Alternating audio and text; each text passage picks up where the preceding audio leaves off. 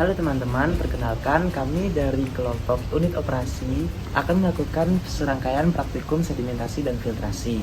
Perkenalkan, saya Olivia Dotumarita, NRP 501 422 1001. Halo, perkenalkan nama aku Abdul Werner dengan NRP 501 422 1004. Halo, perkenalkan nama saya Firtiansyah Pancanugraha dengan NRP 501 421 006.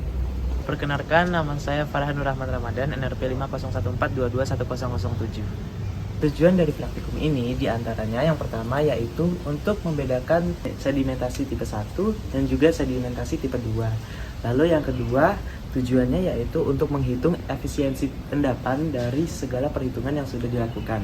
Kemudian yang ketiga tujuannya yaitu untuk menghitung overflow rate serta waktu endapan dari data yang sudah didapatkan.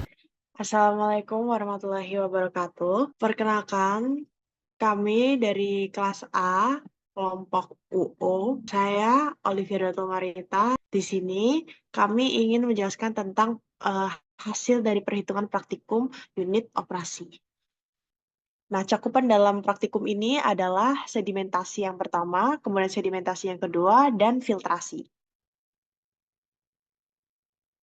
Nah, dalam melakukan sedimentasi pertama, alat yang digunakan adalah kolom tes, turbidimeter atau spektrometer, instrumen pengaduk seperti jar test, dan termometer.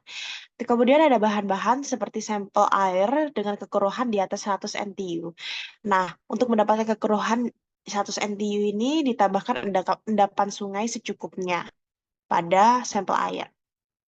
Nah, tahapan pertama pada sedimentasi yang pertama itu adalah menyiapkan sampel air dengan kekeruhan 100 NTU, kemudian diaduk sampel air hingga homogen dan dimasukkan kepada kolom tes.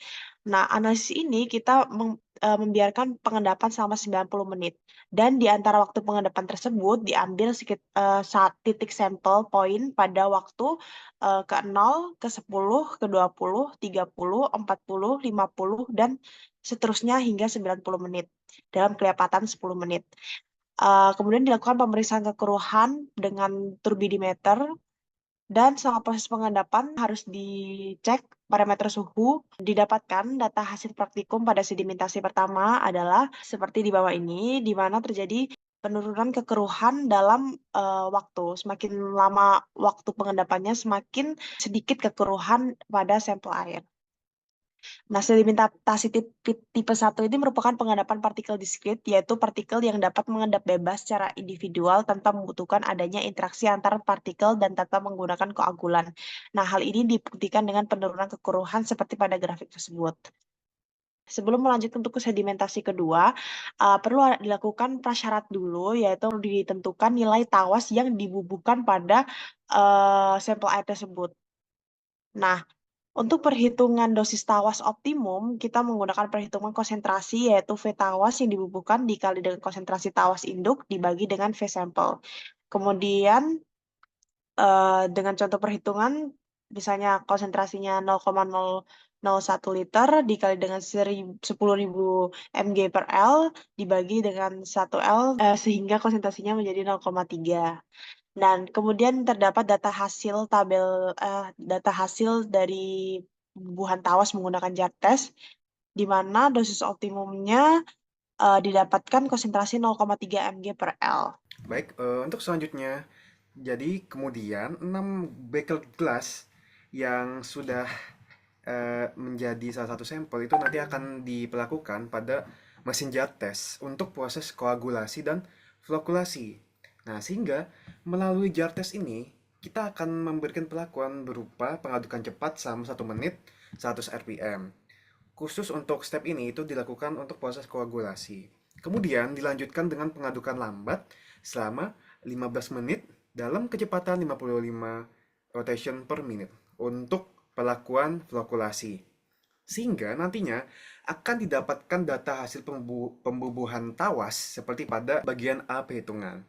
Dan nantinya grafik akan diplot dengan X merupakan konsentrasi tawas dan sumbu Y untuk kekeruhannya dalam satuan NTU. Sehingga didapatkan hasil grafik seperti yang terlampir pada bagian B. Terlihat di sana bahwa nilai optimum pembuahan tawas akan didapatkan pada nilai 1,05 mg per liter, di mana merupakan nilai yang menghasilkan kekeruhan pada larutan dengan nilai terendah. Sehingga nilai tersebut akan digunakan sebagai pembanding untuk menghitung volume ke depannya, yakni volume tawasnya untuk konsentrasi tersebut adalah 3 ml. Oke, next. Nah, kemudian melalui perhitungan berikut, kita dapat mengetahui volume setting kolom serta volume tawas yang diperlukan untuk pembubuhan di sedimentasi 2 ini. For information, volume kolom setting ini merupakan suatu alat yang dimana dia cukup tinggi dan menjadi tempat untuk dilakukannya sedimentasi. Ya, dan step yang pertama adalah kita perlu mengetahui terlebih dahulu berapa tawas yang diperlukan dan berapa volumenya. Kemudian, seperti terlihat pada gambar, volume didapatkan sebesar 50,725 liter. Sedangkan untuk tawas yang digunakan dengan menggunakan pembanding sebelumnya didapatkan sekitar 177,5 ml. Nah, setelah diketahui volume tawas yang akan dibubuhkan, kemudian kita bakal melakukan prosedur untuk mengetahui nilai kekeruhannya melalui uji turbidimeter. Yang pertama yang perlu kita lakukan adalah kita perlu mensimulasikan suatu bentuk pengadukan di sini dengan cara memberikan gelembung udara atau mengaduk dengan pengaduk mekanis naik turun yang kita bisa buat sendiri yang akan dilakukan selama kurang lebih 1 menit. Nah, kemudian pengadukan tersebut akan kita pelambat sehingga mensimulasikan bentuk flokulasi yang akan dilakukan selama 15-20 menit. Nah, tentunya setelah dilakukan pengadukan, akan diendapkan selama sekitar 60 menit. Kemudian, sampel akan diambil pada titik berupa fungsi waktu yang dimana diambil pada menit ke 0, 10, 20, 30, 50, 60, 75, dan 90. Kemudian, setiap variasi fungsi waktu tersebut akan dilakukan pengecekan kekeruhannya melalui uji turbidimeter pada turbidimeter. Oke. Selama proses sedimentasi, sangat dianjurkan agar temperatur air harus tetap terjaga agar tidak memungkinkan terjadinya reaksi-reaksi yang tidak diinginkan. Di sini didapatkan seperti pada gambar yang terlampir, di mana untuk ini akan diasumsikan kekeruhan awal ialah 100 NTU dengan nilai TSS awal yakni 342 mg per liter. Sehingga dengan suatu pembandingan sederhana atau konversi singkat, dari nilai kekurangan tersebut dapat diketahui nilai TSS-nya, seperti pada gambar terlampir. Oke, baik. Kita next. Kemudian, dari data TSS yang sudah kita peroleh, kita dapat menghitung suatu percent removal atau efisiensi dari sedimentasi tersebut dengan perhitungan sebagaimana yang terlampir gambar. Di mana TSS awal akan dikurangi dengan nilai TSS pada waktu tertentu dibagi dengan jumlah TSS awal itu sendiri, sehingga akan didapatkan percent removal sebesar berikut. Kemudian perhitungan removal yang sudah dijabarkan itu selanjutnya adalah grafik dari setting kelas 2 dari data kekeruhan yang diperoleh dari pengujian. Dilihat grafik tersebut merupakan hubungan dari kekeruhan dan terhadap waktu, di mana dari titik sampling 1, titik sampling 2, titik sampling 3, dan titik sampling 4 menunjukkan adanya tren penurunan dari kekeruhan sampel. Percent removal tersebut kemudian diplotkan dalam grafik iso removal sebagai berikut. Titik dari percent removal itu menunjukkan tentang persentase dari overflow rate itu. Ditentukan penyisihan total pada waktu tertentu yang dapat dirumuskan dengan persamaan berikut. Dari persamaan tersebut, kemudian kita gunakan dari grafik iso removal tersebut untuk mencari besar penyisihan total pada waktu tertentu. Dapat didapatkan kita menggunakan waktu 15 menit itu didapatkan 86%, Lalu pada waktu 35 menit kita dapatkan 91%, dan pada waktu 45 menit didapatkan 93%. Selanjutnya, dari perhitungan total removal yang dilakukan, kemudian di recap pada tabel sebagai berikut. Lalu dari tabel tersebut kita buat plot grafik yang menunjukkan ada kelinearan dari hubungan tersebut, dari persen removal dengan waktu. Kemudian setelah perhitungan persen removal seperti yang dijelaskan oleh Ferdi, nilai surface loading dapat dihitung menggunakan rumus ketinggian dibagi variasi waktu masing-masing. Dan hasil perhitungan surface loading yaitu sebagai berikut.